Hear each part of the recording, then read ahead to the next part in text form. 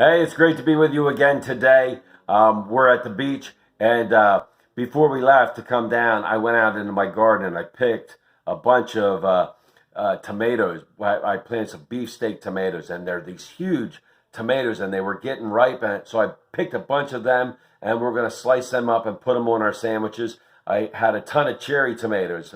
The vines are just filled with these cherry tomatoes. So I picked a ton of them, and then I grew some habanero peppers for the first time ever, and they were just loaded with peppers. So I picked a bunch of them and picked a bunch of pickled peppers. No, that was a different thing. Habaneros, right?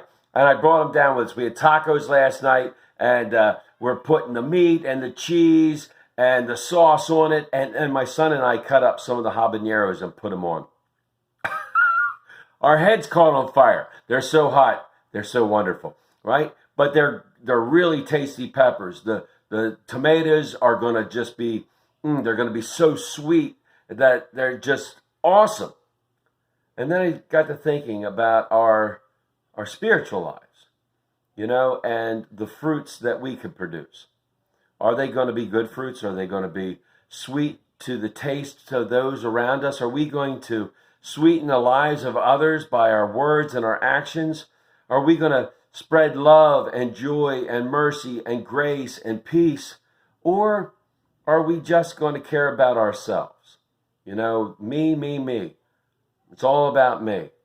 And when that happens, life is not easy for those around us. We are not pouring out blessings. We're hoarding it all for ourselves. Now, Jesus said, that we are judged by the fruit that we produce. Good trees are not going to produce bad fruit. Bad trees are not going to produce good fruit. A good tree produces a good fruit. So whatever is in our hearts, that's what's going to come out of our mouth. Whatever in our hearts is going to influence our actions. And Jesus said, listen, man, I want you to go out and I want you to bless others with love and joy and peace and patience and kindness, right? He wants us to have this good fruit that is produced because of the love that we have for him. See, when we let Jesus infiltrate our lives and his love comes into us, we can't help but let it to go back out and touch the lives of all those around us. May God continue to pour out his grace, mercy, and blessings on each and every one of us until we get to meet again. Amen. Amen.